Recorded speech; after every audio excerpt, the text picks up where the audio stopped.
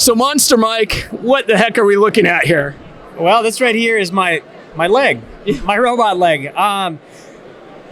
This morning I chat a little bit about my story overall, but we didn't really focus too much on the nuts and bolts of the Moto knee here. This is my sport leg. I use it specific for like motocross, snowmobile racing, and snowboarding, which is my primary focus right now. I'm with Team USA. But the biggest difference fundamentally between this Moto knee and what I'm wearing for every day is my everyday leg needs to swing as I'm walking, and my sport leg needs to have like my quadriceps engaged so I can stand in that active stance and absorb those impacts while I'm riding. And so I utilize a Fox mountain bike shock in here. It's got 2 inches of travel. It's got compressed air in it as a spring rate, and I got these little cool hydraulic clickers that control the hydraulic dampening of it, how quick it compresses and how quickly it extends. And then the foot has the same type of shock in it. And the cool part is I got interchangeable sole plates on there, depending on the activity. Like for mountain biking, I have a cleat mount on there. For snowboarding, I have one that slides inside of my snowboard boot.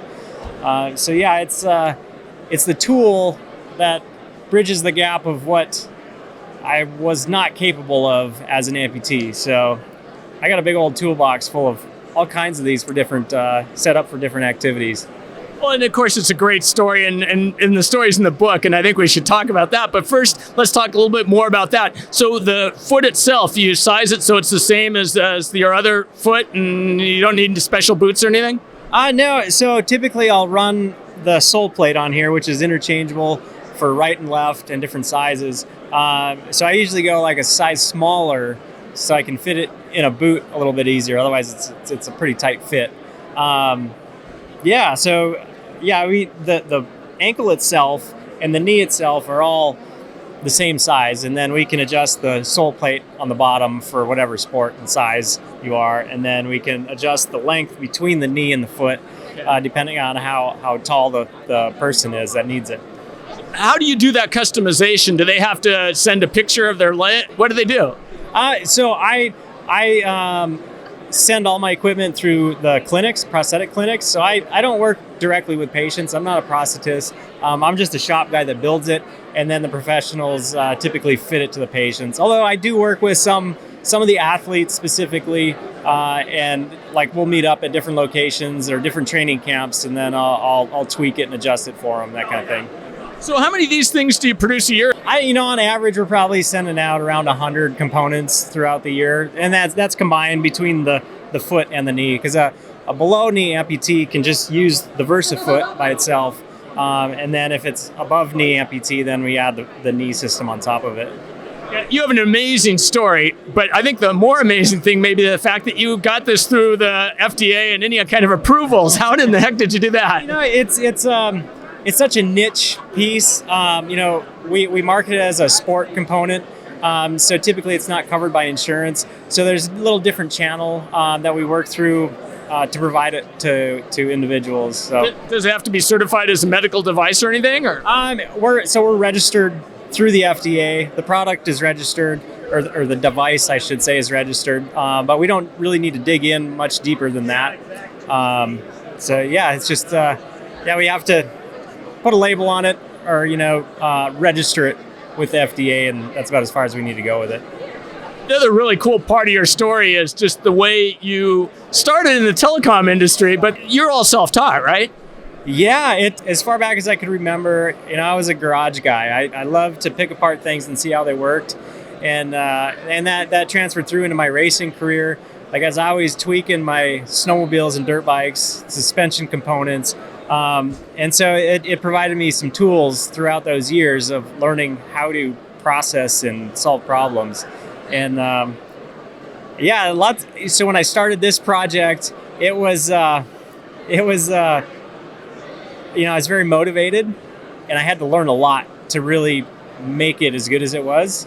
So the first couple of years, learning how to run my business BioAdapt and everything that entails, and then developing the equipment. Having a good idea is one thing, and then actually taking that idea and turning it into a finished product that's available to consumers is quite a few more steps that I had to learn as I went. So I'm still learning. I'm still learning all the time.